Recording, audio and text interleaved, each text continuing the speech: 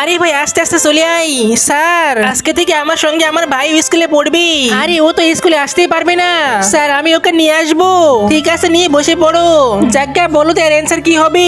Sir ও তো অন্ধ, এখানে কি করে বলবে? 56 বোর্ডে কি লেখা আছে? আরে ভাই ওখানে 3+2 লেখা আছে। স্যার অ্যান্সার 2 হবে।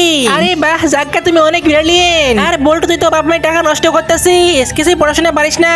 আজকে তো এই অন্ধকে শিক্ষা দিয়ে দিব, তোকে তো আজকে বন্দি করেই নিব। আরে ভাই যাজ্ঞা আমাকে বাঁচিয়ে নে। আরে 56 তোর কি হয়েছে? আরে যাজ্ঞা তোর ভাই তো বন্দি হয়ে আছে, এখনই বাঁচিয়ে নে। ভাই আমি এখনই আসতেছি। এরপরে যা হলো তার আগে তুমি এর মধ্যে কোনটাকে বেছে নিবে? সামান্য কিছু টাকা নাকি মা?